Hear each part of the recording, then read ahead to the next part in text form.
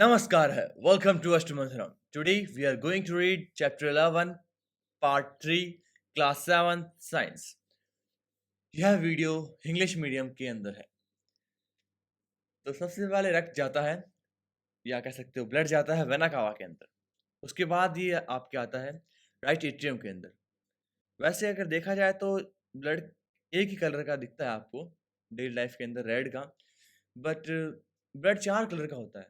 वैसे आपके ब्लड के अंदर हीमोग्लोबिन कण वो लाल दिखता है, लेकिन कुछ-कुछ जीव ऐसे होते हैं जिनके अंदर हीमोग्लोबिन प्रेज़ेंट ही नहीं होता है। इस कारण से उनका ब्लड का रंग ब्लू, ग्रीन अलग-अलग टाइप होते हैं। एक क्वेश्चन और है आपसे कि एक सेल है आपके डब्ल्यूबीसी जिसको बोलते हैं व्हाइट ब्लड सेल, उस सेल के अंदर हीमोग्लोबिन प्रेज़ेंट नहीं होता है। और आरबीसी जिसको बोलते हैं रेड ब्लड सेल, उसके अंदर हीमोग्लोबिन प्रेज़ेंट होता है। तो क्वेश्चन ये है, ह्यूमन ब्लड के अंदर 99% आरबीसी होती है और अगर यही 99% डब्ल्यूबीसी होता तो आपके ब्लड का रंग कैसा होता? ये आपको मेरे को बताना है इसी प्लेटफॉर्म के ऊपर। तो आगे देखते हैं। राइट एट्रियम में जाने के बाद आपको ये दिख रहा होगा डोर टाइप, इसको बोलते हैं ट्राइकैप्सिड वॉल्व। तो इसके अंदर से ब्लड सिंपली पहले स्टोर रहता है कुछ सेकंड के लिए। ये पूरा काम 0.8 सेकंड में होता है। 0.8 सेकंड मीन्स आपके 1 सेकंड का भी छोटा हिस्सा। आपने एक साउंड भी सुना होगा लाइक सिंपली आप इसको हार्ट बीट के नाम से पहचानते होंगे। तो हार्ट बीट में पहले जो बीट होती है इसमें पहले वाल्व खुलते हैं और दूसरे बीट में ये पल्मोनरी आर्टरी और पल्मोनरी वेन्स वाले वाल्व खुल के ब्लड वापस आ जाता है। तो यहाँ देखते हैं राइट एट्रियम में ब्लड आया, उसके बाद ये राइट वेंट्रिकल में गया, राइट वेंट्रिकल से ब्लड को पुश किया मीन्स नीचे से पुश हुआ और ऊपर गया एक इसके अंदर पल्मोनरी आर्टरी के अंदर, इस वाली आर्टरी के अंदर। फिर ये गया लंग्स के अंदर और अगर आप दूसरी साइड से देखो तो लंग्स में आपको पता होगा क्या होता है, ऑक्सीजन होती है और लंग्स क्या करता है, कार्बन डाइऑक्साइड को बाहर निकालता है। तो उसके अंदर कार्बन डाइऑक्साइड जैसे ही बाहर निकाली तो उसके बाद वापस ब्लड घूम के आएगा किसके अंदर, पल्मोनरी वेन के अंदर। फिर वो जाएगा लेफ्ट एट्रियम में, फिर वो जाएगा लेफ्ट वेंट्रिकल में, फिर वो जाएगा एरोटा के अंदर और उसके बाद पूरी बॉडी में फ्लो हो जाएगा। तो ये आपके है फंक्शन ऑफ हार्ट। जैसा कि आपको वर्ड से पता चल रहा हो, बीट वो भी किसकी, हार्ट की बीट। The walls of the chambers of the heart are made up of muscles. इसमें एक ऐसी मसल होती है जो कभी थकती नहीं है। आपकी बॉडी में अलग अलग टाइप की मसल्स आती है, बट हार्ट के अंदर ही केवल ऐसी मसल होती है जो रेगुलर काम करती रहती है। अगर आप कोई भी बॉडी की मसल ले लो तो उसके अंदर केवल हार्ट ही ऐसा है जो रेगुलर काम करता है। तभी आपके बुक में पहले बताया गया था कि हार्ट ही एक ऐसी मशीन है अभी तक जो सालों तक चलती है। अभी तक ऐसी कोई मशीन नहीं है जो सालों तक चलती हो। एक सुपर कंप्यूटर भी ऐसा होता है जो बहुत साल तक लगातार चलता है, बट उसके अलावा देखा जाए नेचुरली तो आपकी हार्ट ही है। साथ साथ हार्ट केवल ह्यूमन में नहीं होता है, हर के अंदर होता है। यहाँ तक कि जो आप फ्रॉग देखते हो उसके अंदर भी हार्ट होता है और अगर आप डायनासोर देख लो तो भी उनमें हार्ट होता था। तो कारण ये है कि हार्ट एक ऐसी चीज है जो आपके ब्लड को फ्लो करता है। इसलिए these muscles contract and relax rhythmically. Contract means होता है छोटा होना, दबाव डालना, ठीक है। रिलैक्स मतलब शिथिल होना, वापस उसी कंडीशन में आना, नेचुरल कंडीशन में। This rhythmic contraction followed by its relaxation constitute a heartbeat. Remember that heartbeat continue every moment of our life. If you place your hand on the left side of your chest, you can feel your heartbeat. The doctor feels your heartbeat with the help of an instrument called a stethoscope. तो वैसे ये stethoscope, steth word है, ये एक Latin word है और scope तो आपके इंग्लिश का वर्ड हो गया। तो अगर किसी को ज़्यादा जानना हो तो जाके पता कर सकता है कि लैटिन में स्टेथो का मतलब क्या होता है। A doctor uses a stethoscope as a device to amplify the sound of the heart. It consists of a chest piece that carries a sensitive diaphragm, two earpiece, and a tube joining the part. Doctor can get clues about the condition of your heart by listening through a stethoscope. Let's construct a model of a stethoscope with the material that are available around us. तो पहले जानते हैं कि उसको stethoscope से पता कैसे चलता है। हर आदमी की एक रेंज होती है हार्ट बीट की। रेंज मीन्स जैसे आपको पता है कि अगर आपका टेम्परेचर बढ़ जाएगा बॉडी का 37 से 39 हो गया डिग्री सेल्सियस में, तो इसका मतलब क्या हुआ, आपको फीवर हो गया, मीन्स बुखार हो गया। और अगर आपका टेम्परेचर कम हो गया, ज़्यादा कम हो गया, तो एक इंडिकेशन होता है कि आप डेथ भी हो गए। तो केवल टेम्परेचर के बेस पे आप पता कर सकते हो कि आपको कोई बीमारी है या नहीं है। वैसा के वैसे ही हार्ट बीट भी एक इंडिकेशन देता है। हर ह्यूमन बॉडी के अंदर हार्ट बीट की एक रिदम होती है। मीन्स मान लो कि 80 heart beats per minute, 70 heart beats per minute. तो अगर इनसे ऊपर नीचे हुआ, इसका मतलब बॉडी में कुछ न कुछ तो अनबैलेंस्ड है। तो उसी अनबैलेंस को पता करके ये बीमारी का पता लगाते हैं। स्टेथोस्कोप के अंदर ऐसा कुछ नहीं है कि वो आप कान में लगा के सुनोगे तो वो उसमें आवाज आ रही है कि साहब इसको ये बीमारी हो गई है। ऐसा नहीं होता है। उसको 1 मिनट तक गिनना पड़ता है कि रिदम क्या है। उसके बाद वो अनुमान लगाते हैं कि चलो 80 है और आपकी 68 निकल रही है। इसका मतलब ऐसे पता लगा के वो पता लगाते हैं कि बीमारी कौन-सी हो सकती है आपको। तो इस एक्टिविटी में आपको दिख रहा है, आपको एक फनल लेना है। अब फनल क्या होता है? इसको हिंदी में बोलते हैं कूपिका। कूपी मतलब आपने देखा हो कभी, आप जब तेल को डालना होता है बॉटल के अंदर, तो कीप काम लेते हैं ना, कूपी, कीप, जो भी आपकी लैंग्वेज में बोलते हैं। इंग्लिश में बोलते हैं उसको funnel. Of a 6 to 7 centimetre in diameter, fix a rubber tube 50 centimetre long tightly on the stem of the funnel. Stem mean जो नीचे वाला पतला हिस्सा होता है उसको बोलते हैं स्टेम। दिख गया होगा आपको। तो यहाँ पर क्या करना है आपको? आपको पहले तो एक रबर शीट ले ली, पतला सा ट्यूब टाइप लेना, मतलब उसके ऊपर आपने ले लिया फनल। फनल के जो पीछे वाला स्टेम है वहां पर ट्यूब को अटैच कर दिया। अटैच करने के बाद उस ट्यूब को तो आप डालो एक कान के अंदर, और जो आपकी फनल है उसको आपके हार्ट के ऊपर रखो। ठीक है? और हार्ट किस साइड होता है ये सबको पता होना चाहिए। हार्ट होता है लेफ्ट साइड में। Got it? Let's move. और एक और चीज, जब आप इसे पता करोगे तब आपको ये ध्यान पड़ जाएगा कि आपकी हार्ट बीट की रेट क्या है, हार्ट बीट सही है, नॉर्मल है या नहीं। लेकिन इसके लिए आपको बहुत सारी चीजें पता होनी चाहिए कि नॉर्मल हार्ट बीट होती कितनी है। तो आगे बढ़ रही।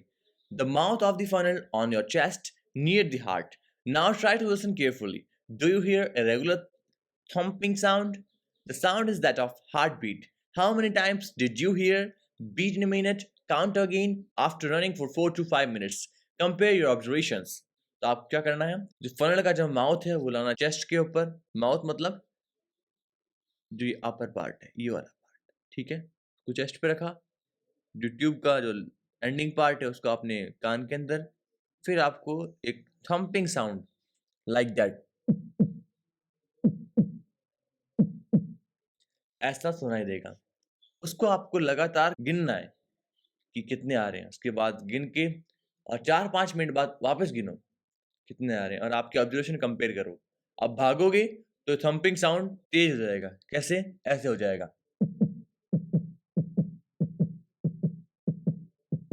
Like that. और अगर आप धीरे-धीरे चल रहे हो या एकदम खड़े हो तो ऐसे आपके थंपिंग साउंड आएगा। Like that. अब आगे आ रहा है, record your own pulse rate and heart beat and that of your friend while resting and after running and record in table 11.1। तो आपको पहले आपका पल्स रेट, जो पल्स से पता चलता है, सिंपली आप हाथ से पता कर सकते हो, और हार्ट बीट जिसको आप स्टेथोस्कोप की हेल्प से पता कर सकते हो।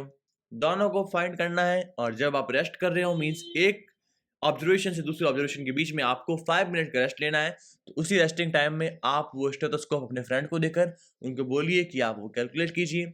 कैलकुलेट करने के बाद उसको 11.2 जो टेबल दे रखी है इस टेबल के अंदर फिल आउट कर दीजिए। और फिर आपको एक रिलेशनशिप फाइंड करना है हार्ट बीट और पल्स रेट में। Each heart beat generates 1 pulse in the arteries and the 1 pulse rate per minute indicates the rate of heart beat.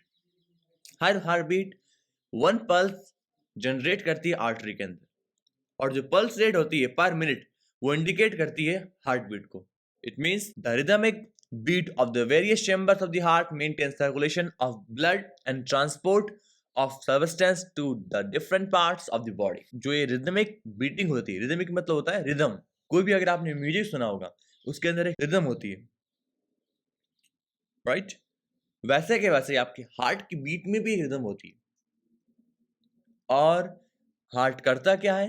तो आपके हार्ट ये मेंटेन करता है कि आपकी ब्लड में सर्कुलेशन हो रहा है या नहीं। ब्लड में सर्कुलेशन हो रहा है मीन्स ब्लड के अंदर ऑक्सीजन का ट्रांसपोर्ट हो रहा है कि नहीं, वाटर का भी हो रहा है कि नहीं, अलग अलग चीजों का, बहुत सारी चीजें। बूजो wonders if sponges and hydra also have blood. Animals such as sponges and hydra do not possess any circulatory system. The water in which they live brings food and oxygen. As it enters their body, the water carries away waste material and carbon dioxide as it moves out. Thus, these animals do not need a circulatory system, circulatory fluid like the blood. Let's now learn about the removal of waste other than carbon dioxide. तो जैसा कि आपने यहाँ देखा कि वो जो कोई क्वेश्चन आया माइंड के अंदर कि स्पॉन्जेज, स्पॉन्ज आप कार्टून की बात नहीं कर रहे हैं, स्पॉन्जेज जो वाकई में स्पॉन्ज होती है, हम इसकी बात कर रहे हैं। ये होता है स्पॉन्जेज, ठीक है, और ये होता है हाइड्रा। तो क्या इनके पास भी ब्लड होता है? तो नहीं, इनके पास कोई सर्कुलेटरी सिस्टम नहीं होता है। इनके बॉडी में वाटर आता है, ये वाटर आता है तो फूड और ऑक्सीजन लेके आता है, और जब वाटर बाहर जाता है तो वेस्ट मटेरियल को और कार्बन डाइऑक्साइड को बाहर लेके जाता है। एज इट इज अपनी बॉडी में भी होता है, बट वो बाहर से नहीं आता है, ब्लड बॉडी के अंदर ही रहता है, बट ऑक्सीजन बाहर से आती है। कहाँ पर? लंग में। लंग्स के जो आखिरी पार्ट होता है एल्व्यूलाई, वहां से वो ऑक्सीजन को कहाँ देती है? कैपिलरीज में। कैपिलरीज देता है किसके अंदर? आर्ट्रियोल के अंदर। आर्ट्रियोल देता है आर्टरी के अंदर। I think it's too deep, right, but nothing to worry about it, let go. तो यही चीज है जो आपकी हाइड्रा और स्पॉन्जेस में होती है, इसलिए उनको किसी भी सर्कुलेटरी फ्लूइड जैसे कि ब्लड की नीड नहीं होती, यही कारण है। तो आगे चलते हैं, पढ़ते हैं excretion in animals. Recall how carbon dioxide is removed as waste from the body through the lungs during exhalation. Also recall that the undigested food is removed during egestion. Let's now find out how the other waste material are removed from the body. You may wonder where this unwanted material come from. When our cells perform their function, certain waste products are released. These are toxic and hence need to be removed from the body. The process of removal of the waste produced in the cell of the living organism is called excretion. The part involved in the excretion from the excretory system. जैसा कि आपको अभी तक पता चल चुका होगा कि कार्बन डाइऑक्साइड बॉडी से बाहर कैसे जाती है, तो बता दिया मैंने। जब आप सांस बाहर छोड़ते हो, रिलीज करते हो, एक्सेल करते हो, दो वर्ड आएंगे। पहला है इनहेलेशन, दूसरा है एक्सहेलेशन। सो इनहेलेशन मीन्स सांस को अंदर लेना, इनहेल करना, समझ गए? एक्सहेलेशन मीन्स सांस को बाहर छोड़ना। और क्या होता है कि जब फूड जो आप खाते हो उसमें भी कुछ फूड ऐसा होता है जो पचता नहीं है, ये पचने के बाद जो वेस्ट बच जाता है उसका क्या करते हो आप? तो उसको भी आप क्या करते हो? इजेशन। जब आप मल त्याग करते हो ना बॉडी से, वो क्या होता है? इजेशन ही होता है। अब आपको इस डेफिनेशन को अंडरलाइन करना है। The process of removal of waste produced in the cell of the living organism is called excretion. Living organism के अंदर जो सेल होती है जो वेस्ट प्रोड्यूस करती है उसको रिमूव करने की प्रोसेस को कहते हो excretion. Simple, isn't it? And if you are thinking it's not simple, then you have to think like that. Because simple है, एक लिविंग ऑर्गेनिज्म है, उसके अंदर सेल्स है, वो सेल कुछ ना कुछ वेस्ट को प्रोड्यूस करेगी, उसी वेस्ट को रिमूव करने की प्रोसेस को कहते हैं एक्सक्रीशन। एक्सक्रिएशन नहीं है, excretion. The part involved in excretion form the excretory system. Excretory system in humans. The waste which is present in the blood has to be removed from the body. How can this be done? तो आपकी जो body के अंदर waste present होता है उसको बाहर निकालना पड़ेगा। तो इसको आप कैसे करोगे? A mechanism to filter the blood is required. इसके लिए क्या होगा कि आपको अपने ब्लड को फिल्टर करना पड़ेगा, तो उसके लिए एक मैकेनिज्म, एक मेथड रिक्वायर्ड होगा, ठीक है, एक तरीका जिससे आप ब्लड को फिल्टर कर सको। This is done by the blood capillaries in the kidney. तो ये जो काम होता है ये आपकी किडनी करती है। और किडनी में कौन करता है? तो किडनी के अंदर जो ब्लड कैपिलरीज प्रेजेंट होती है किडनी के अंदर, वही ये काम करती है। आपको पता होगा आपकी बॉडी के अंदर 2 किडनीज होती है और एक लीवर होता है। When the blood reaches to kidney it contains both useful and harmful substance. जब ब्लड आपकी किडनी में पहुंचता है तो उसके अंदर यूजफुल सब्सटेंस भी होते हैं और हार्मफुल सब्सटेंस भी होते हैं। यूजफुल मीन्स उसके अंदर ऑक्सीजन भी होगा और कार्बन डाइऑक्साइड, और आप कह सकते हो न्यूट्रिशन की बात करो तो उसके अंदर vitamin A B C D E के बहुत सारे टाइप्स के विटामिन होते हैं, ठीक है। और उसके अंदर harmful substance, harmful means CO2, और आपको मेरे को CO2 की फुल फॉर्म इसी प्लेटफॉर्म पे बतानी है। What is the full form of CO2? Waste की बात करो, यूरिन भी आपकी बॉडी में होता है, यूरिन। और इससे बाद में आपके जब टॉयलेट जाते हो, टॉयलेट में क्या करते हो आप? यूरिन को एक्सक्रीट करते हो, ये चीज है। The waste dissolve in the water are removed as urine. जो आपका वेस्ट होता है वाटर के अंदर डिजॉल्व, उसको आप यूरिन की फॉर्म में रिमूव करते हो। From the kidneys the urine goes into the urinary bladder through tube like ureters. तो पहले आपको कुछ चीज़ समझनी है, इसका नाम यूरिनरी ब्लैडर क्यों रखा? जैसा कि आपको पता है, एक लाइन देखिए आप पहले, the waste dissolve in water are removed as urine. Water के अंदर जो वेस्ट डिजॉल्व है उसको रिमूव करोगे किसकी फॉर्म में? यूरिन की फॉर्म में। समझ गए आप बात? तो अपन पहले इस डायग्राम को समझते हैं बहुत ध्यान से। ऐसे ये होता है यूरिनरी ब्लैडर, और ये हो गया आपकी यूरिनरी ओपनिंग। ओपनिंग मीन्स वो पार्ट जहाँ से आप अपने यूरिन को बॉडी से एक्सक्रीट करते हो, ठीक है। तो ये हो गया आपकी दो किडनी, 1 and 2। अब आपकी ये किडनी हो गई कौन सी? Right kidney. ये वाली हो गई लेफ्ट किडनी। ध्यान रखना, ब्लू ब्लू पार्ट दिख रहा है, इसका मतलब ये वो पार्ट है जिसके अंदर डीऑक्सीजनेटेड ब्लड प्रेजेंट है। और जो आपको ये रेड पार्ट दिख रहा है, इसका मतलब ये वो पार्ट है जिसके अंदर ऑक्सीजनेटेड ब्लड प्रेजेंट है। अब यहाँ से आपको दिख रहा होगा किडनी से कुछ ट्यूब लाइक स्ट्रक्चर निकल रहे हैं, और इसको बोलते हैं यूरेटर। दिख गया आपको? यूरेटर। तो यहाँ से यहाँ तक क्या हो गया? ये यूरेटर। ये भी क्या हो गया? यूरेटर। अब ये क्या करेगा? इनके अंदर जो जितना भी वेस्ट होगा प्रेजेंट, सबसे पहले ब्लड किसमें आया? ये गंदा ब्लड आया किडनी के अंदर, ठीक है। उसके अंदर आकर क्या किया? फिल्टर किया। फिल्टर करने के बाद जो गंदगी बची, वेस्ट बचा, उसको इस ट्यूब की हेल्प से कहाँ भेज दिया? यूरिनरी ब्लैडर के अंदर। समझ गए आप? और इसके अंदर भी सेम सेम प्रोसेस। इस ब्लू वाली, ब्लू मीन्स जो आपकी वेन्स है, या कह सकते हो ऐसा पार्ट जहाँ पर डीऑक्सीजनेटेड ब्लड प्रेजेंट है, वो यहाँ पर आया, एंटर किया। यहाँ पर फिल्ट्रेशन की प्रोसेस हुई, किसमें हुई? किडनी के अंदर। और किडनी के साइड में जो ट्यूब लाइक स्ट्रक्चर है, इसकी हेल्प से जितना भी वेस्ट जो किडनी से निकला वो आपकी यूरिनरी ब्लैडर के अंदर स्टोर हो गया।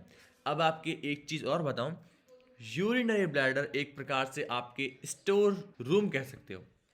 जैसे घर में होता है ना स्टोर रूम, सामान को स्टोर करने के लिए, वैसे के वैसे आपकी बॉडी के अंदर एक स्टोर रूम कह सकते हो सिंपली। ध्यान सुनना मैंने क्या कहा है, कह सकते हो। इसके बाद आता है यूरेथ्रा, और आ गया यूरिनरी ओपनिंग। तो ये आपकी कंप्लीट हो गया है ह्यूमन एक्सक्रीटरी सिस्टम। इसको आपको याद रखना है। आगे चलते हैं। आपके ह्यूमन एक्सक्रीटरी सिस्टम के अंदर कौन कौन सी चीजें प्रेजेंट होती है? तो मेरे सामने यहाँ पर 5 चीजें तो लिख ही रखी, देखते कौन सी है। पहला हो गया किडनी, दूसरा हो गया यूरेटर, तीसरा हो गया यूरिनरी ब्लैडर, चौथा हो गया यूरेथ्रा, और पांचवा हो गया यूरिनरी ओपनिंग। तो ये आपको याद रखना है। समझ गए होंगे आप? Kidney, ureter, urinary bladder, urethra and urinary opening are included in human excretory system. ये 5 चीजें हैं। अब देख लेते हैं। As an adult human being normally passes about 1 to 1.8 litre of urine in 24 hours. एक एडल्ट मीन्स ऐसा आदमी जो 18 साल का हो गया। तो एक एडल्ट ह्यूमन बीइंग नॉर्मली आपके लगभग 1 से लेकर 1.8 लीटर तक यूरिन को 24 घंटे के अंदर पास कर देता है। The urine consist of 95% of water.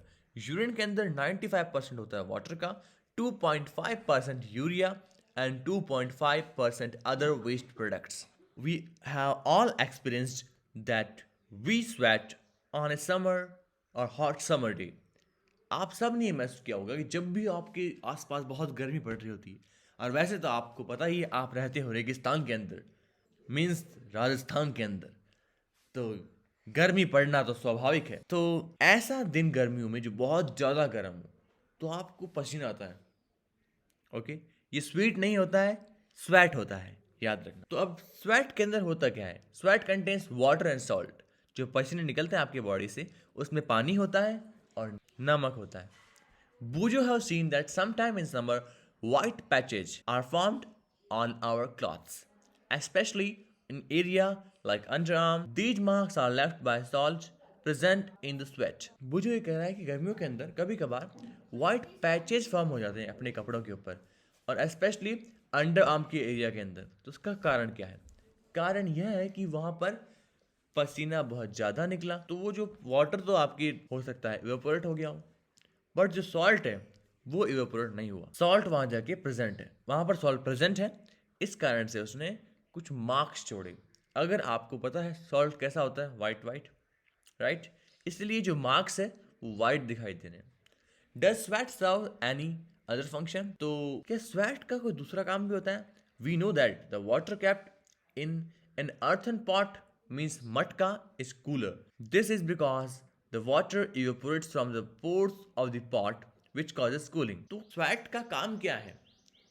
पहले तो अपन ने जान लिया स्वेट क्या होता है। वाटर और सॉल्ट स्वेट के अंदर प्रेजेंट होते हैं। अगर स्वेट ज़्यादा निकलेगा किसी भी एरिया से, तो आपने जो कपड़े पहन रखे हैं उस एरिया पर, उस कपड़े में वाइट वाइट पैचेस हो जाए। और अब आ रहे हैं कि मटके के बारे में जानते हैं। मटके को बोलते हैं इंग्लिश के अंदर अर्थन पॉट। ये मटके के अंदर पानी ठंडा कैसे होता है? तो मटके के अंदर कुछ छोटे छोटे टाइनी पॉट्स होते हैं। पॉट्स मतलब छिद्र होते हैं, और वहां से पानी क्या करता है? इवेपोरेट करता है, मतलब भाप बन जाता है, वेपोराइज होता है, और यही आपकी मटके को ठंडा करता है। और वैसे आपको प्लास्टिक की बोतल में गलती से पानी नहीं पीना चाहिए, हमेशा मटके का ही यूज करना चाहिए। It is really helpful for us. अब पहेली के दिमाग में क्वेश्चन आया। Paheli wants to know whether other animals also urinate. Paheli ये जानना चाहती है कि क्या दूसरे जानवर भी यूरिन को पास करते हैं? बिल्कुल। The way in which waste chemical are removed from the body of animal depends on the availability of water. तो हर ऑर्गेनिज्म सेम टाइप से आपकी यूरिनेट नहीं करता है। डिपेंड ये करता है कि वो एनिमल या उस एनिमल के पास वाटर कितना प्रेजेंट है। Aquatic animals like fishes excrete cell waste as ammonia which directly dissolve in water. तो जो एक्वेटिक एनिमल्स, एक्वेटिक मीन्स ऐसे एनिमल्स जो आपके वाटर के अंदर रहते हैं। एग्जाम्पल हो गया fish, octopus, shark, blue whale, बहुत सारे एग्जाम्पल है। वैसे आपको ये मेरे को बताना है यहीं पर कि which is the largest mammal on the earth. तो ये आपको मेरे को आंसर इसी प्लेटफॉर्म के ऊपर प्रोवाइड करना है। Some land animals like birds, lizards, snakes excrete semi solid white colour compound uric acid. कुछ लैंड एनिमल्स ऐसे होते हैं, लैंड एनिमल्स मीन्स ऐसे एनिमल्स जो लैंड के ऊपर रहते हो। एग्जाम्पल बर्ड्स, लिजार्ड, स्नेक, ये अपना जो वेस्ट होता है उसको सेमी सॉलिड फॉर्म में एक्सक्रीट करते हैं, वाइट कलर कंपाउंड में एक्सक्रीट करते हैं लगभग, और इसका नाम होता है uric acid. The major excretory product in humans is urea. आपकी बॉडी के अंदर ह्यूमंस की बात करें तो आपने जैसे पढ़ा था 95% होता है वाटर, 2.5% अकेला यूरिया होता है, और उसके अलावा 2.5% अदर एक्सक्रीटरी वेस्ट होते हैं। तो याद रखना है, एक्वेटिक एनिमल्स अमोनिया के फॉर्म में वेस्ट को रिमूव करते हैं, और जो लैंड एनिमल्स होते हैं like birds, lizard and snacks, वो यूरिक एसिड में रिमूव करते हैं, और ह्यूमंस करते हैं यूरिया के फॉर्म में। ये चीज़ आपके बड़ी क्लासेस में भी वापस आएगी, इसलिए अच्छी बात यह रहेगी कि आप उसको अभी याद कर लें। Sometime a person's kidney may stop working due to infection or injury. As a result of kidney failure, waste products start accumulating in the blood. Such person cannot survive unless their blood is filtered periodically through an artificial kidney. This process is called dialysis. तो आपने देखा होगा आपके आसपास कुछ कुछ लोग ऐसे होते हैं जो बोल रहे होते हैं कि मेरी किडनियाँ फेल हो गई है, मेरी एक किडनी फेल हो गई, दूसरी किडनी फेल हो गई। इसका मतलब ये नहीं कि वो कोई एग्जाम दे के आगे फेल हो गई। No no no, kidney fail हो गई मतलब उन्होंने अपना फंक्शन या वर्क करना बंद कर दिया, इसको बोलते हैं किडनी फेल हो गई। Such person can not survive unless their blood is filtered periodically. तो ऐसे पर्सन सर्वाइव नहीं कर सकते अगर उनके ब्लड को फिल्टर नहीं किया। तो पीरियडिकली उनके ब्लड को आर्टिफिशियल किडनी की हेल्प से फिल्टर किया जाता है, और इसी प्रोसेस को बोलते हैं dialysis. Similarly, when we sweat, it helps to cool our body. ऐसे के ऐसे ही जब अपने शरीर से पसीना निकलता है तो वो अपनी बॉडी को कूल करती है, और अगर पसीना नहीं निकला तो ये अच्छी चीज नहीं है। जितना ज्यादा आपकी बॉडी से पसीना निकलता है उतना ज्यादा वो आपके लिए बेनिफिशियल है। Remember it.